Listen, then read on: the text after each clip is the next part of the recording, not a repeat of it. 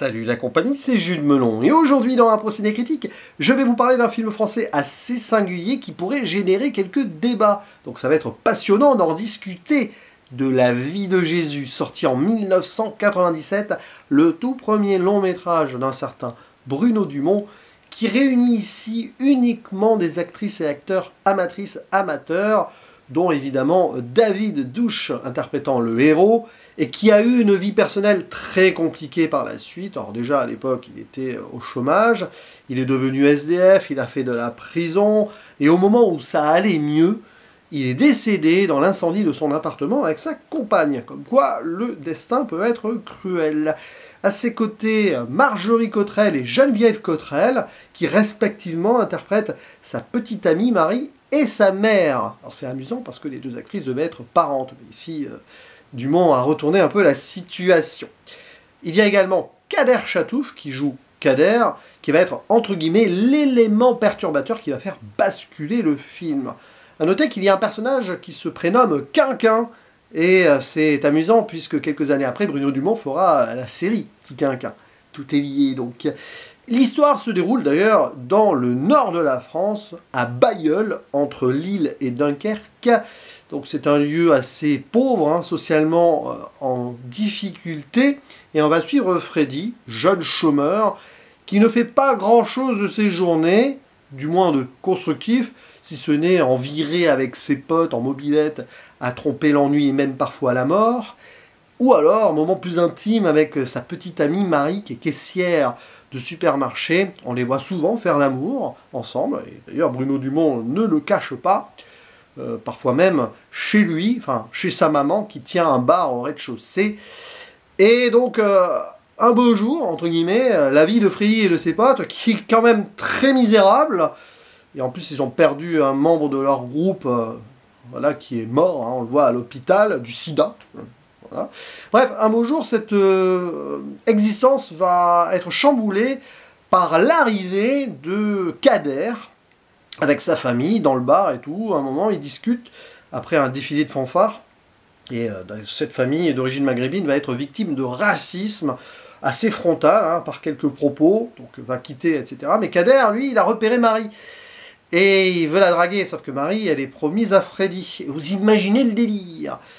Ça va forcément pas très bien se terminer. D'autant plus que Freddy, il est borderline sur le papier, il a quelques crises d'épilepsie, et ouais, non, ça va être très difficile comme métrage, je vous l'annonce d'avance si vous ne l'avez pas vu.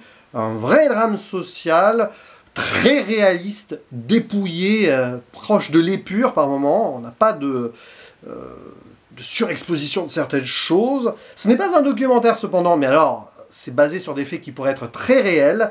Et Bruno Dumont, avec ce film, a voulu clairement questionner son spectateur, parce que c'est dérangeant par moments.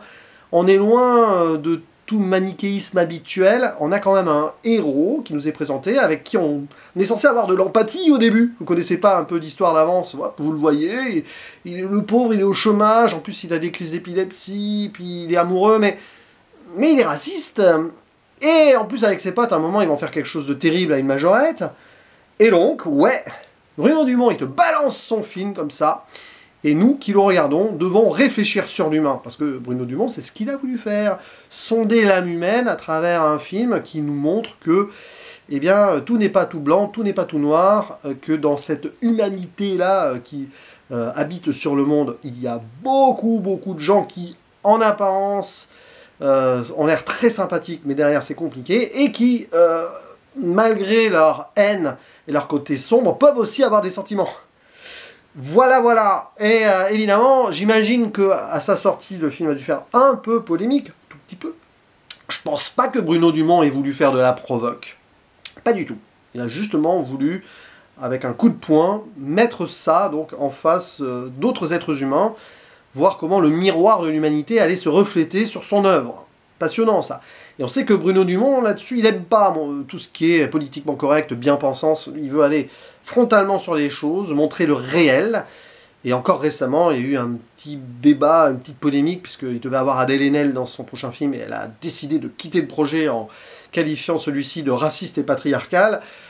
Et on sait depuis ce que ça a généré, puisque Adèle Haenel a quitté le cinéma. Donc voilà, bon, on va pas rentrer dans ce débat-là, mais vu la tonalité du film, c'est intéressant de voir les répercussions, et déjà, dès le début de la carrière de Dumont, voilà. Il faut savoir qu'il vient de la philosophie, il a été enseignant, et je pense que ça se sent aussi. Et ce qui est très fort aussi dans ce film, que j'ai beaucoup apprécié, et parce que voilà, il me remue encore, là, au moment où je fais cette vidéo, c'est qu'on voit l'héritage de Maurice Pialat, qui est évident. Voilà, Maurice Pialat, il avait fait L'Enfance nue, mais surtout, j'ai envie de penser à Passe ton bac d'abord, qui se déroule dans le nord de la France, comme L'Enfance nue, mais qui montrait justement la potentialité ou pas d'un ami ou non dans ce milieu assez pauvre. Alors évidemment, ici, ça va beaucoup plus loin. Et d'ailleurs, à certains moments, on sort du pur réalisme, là où Pialat est proche du documentaire par moments. Dumont, il en sort notamment sur la fin, je ne dirai pas pourquoi, mais tout ce qui se passe au moment où Freddy s'en va dans la nature, j'en dis pas plus, ça paraît irréel, et peut-être que ça l'est, puisqu'on sonde aussi son subconscient et son cerveau, de façon même très factuelle à un moment, puisqu'il y a des crises d'épilepsie, donc on voit ces scanners qui passent, etc. Hein. Je pense que le film, à un moment, c'est un peu un scanner de l'âme et de la conscience, ou justement le manque de conscience de ce personnage. Et justement, je trouve ça très fort, moi. Le film est très juste en plus dans son découpage, parce que chaque scène se répond. Il y a une logique, justement vers la fin, là, cette scène de scanner, où il est habillé tout en blanc, il y a presque une fausse pureté après ce qui s'est passé avant, c'est quand même assez violent. Et justement, le film qui essaye de voir ce qui se passe dans sa tête. Non, nous aussi, spectateurs, on essaye de comprendre, mais ce qu'il y a à comprendre au-delà même du contexte que Dumont nous propose ici. Tout simplement, la misère sociale, le chômage, qui génère cette violence née de l'ennui avec cette bande de potes et tout. Oui, parfois ils s'amusent, mais parfois ils le font de façon très très très malsaine. Et parfois même, on le voit, ils essayent de faire le jeu sur la route face à une voiture pour savoir qui va se mettre de côté en premier. Donc on sent quand même que c'est borderline de jouer avec la mort, quoi. Un de leurs potes là qui est décédé du sida, dès le début on le sent. Et on peut aussi questionner le titre, qui est particulier parce que je pense pas que Dumont ait donné une explication claire. Ça fait partie du questionnement aussi, du côté dérangeant, pas polémique, mais il rentre dedans. La vie de Jésus, mais Jésus. Non, c'est Freddy. Freddy n'est pas Jésus. Pourtant, il est montré comme Jésus. Il a des fois des scarifications, toute proportion gardée, parce qu'il tombe souvent de sa mobilette et il a des blessures, de plus en plus d'échymose. Il y a aussi donc l'idée de la mort à un moment de ce personnage. Face à la mort, comment réagir. On voit ce tableau, la résurrection de Lazare, qui fait partie de la vie de Jésus. Mais où le film nous mène là-dessus, je reste vague, parce que après un premier visionnage, ça me paraît très peu évident d'essayer d'analyser ce point-là, mais c'est pas le plus important. C'est surtout la vie d'un homme.